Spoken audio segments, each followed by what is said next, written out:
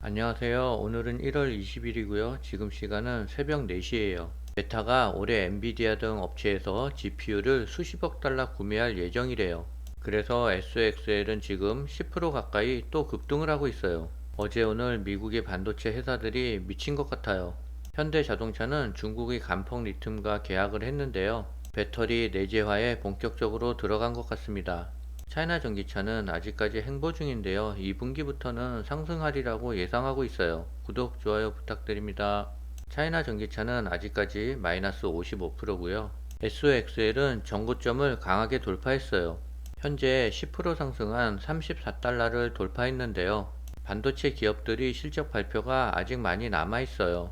엔비디아는 2월 초에 실적 발표를 할 것 같은데요. 물론 실적도 좋을 것 같지만 올해 가이던스도 좋을 것 같습니다. 그때까지는 SOXL은 강하게 상승할 것 같아요. 38달러 근처에서 비중을 축소하려 했는데 38달러가 예상보다 빨리 올 것 같아요. 기업들이 실적 발표를 보면서 비중 축소 타임을 잘 봐야 될 것 같습니다. 공포와 탐욕 지수도 아직까지는 65로 양호한 것 같아요. 인공지능 반도체에 대한 강한 수요에 힘입어 미국의 반도체 설계사 엔비디아와 AMD 주가가 나란히 사상 최고치를 기록하고 있어요.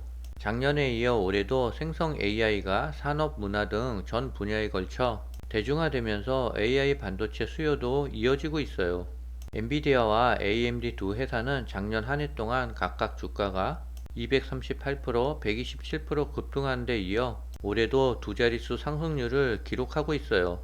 AI 훈련 및 추론을 위한 그래픽 장치 수요가 올해도 강세를 보이고 있는 영향이래요. GPU 시장을 독점하다시피 한 엔비디아가 지난해 폭발적 성장을 한 가운데 최근 AMD도 엔비디아의 초고속 GPU H100과 경쟁할 수 있는 새로운 칩을 내놨어요. 대만의 TSMC도 시장 예상 웃도는 실적을 내놓으며 주가가 10% 가까이 폭등을 했어요. TSMC 경영진은 AI 반도체 매출 비중이 5년 안에 전체 매출의 10%를 차지할 것이라고 전망했어요. 엔비디아와 AMD 등에 밀려드는 AI 반도체 주문의 수혜를 TSMC가 톡톡히 볼 것이라는 설명이에요. 이날 메타의 최고 경영자가 올해 수십억 달러 상당의 엔비디아와 다른 업체의 GPU를 구매할 것이라고 발표한 것도 엔비디아와 AMD 주가 고공행진에 영향을 주고 있어요. 차이나 전기차는 어제 0.4% 정도 상승을 했어요.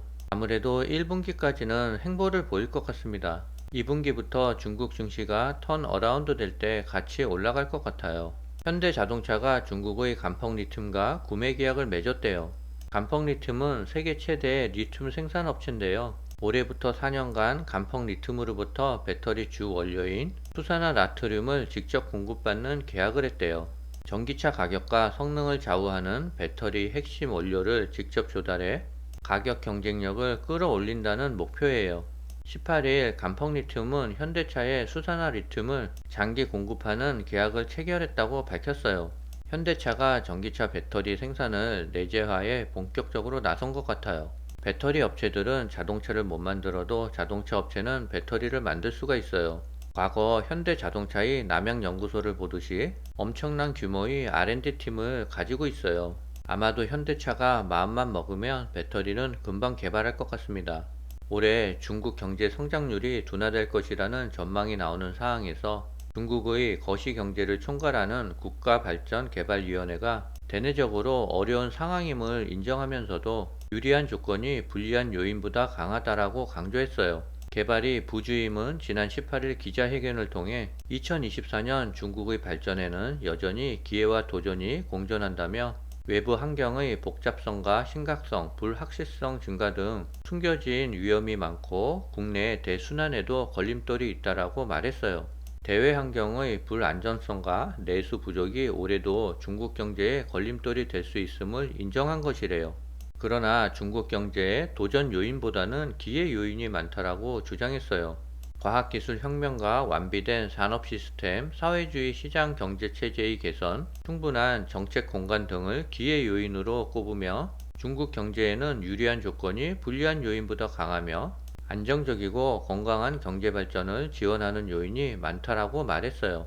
그러면서 중국 경제가 반전 호전되고 장기적으로 좋아지는 기본적인 추세는 변하지 않는다며 중국 정부의 밝은 전망에 대해 우리는 자신감이 충만하다라고 밝혔어요. 중국 당국은 대내외 환경이 어려움 속에서도 올해 경제 회복 속도를 높일 수 있다는 자신감과 의지를 드러내고 있는 것이래요. 중국은 올해도 지난해와 같은 5% 안팎의 경제 성장률을 목표로 제시할 것으로 보인대요. 중국의 목표 설정에 앞서 각 지방 정부들도 올해 성장률 목표를 5에서 6%로 제시하고 있대요.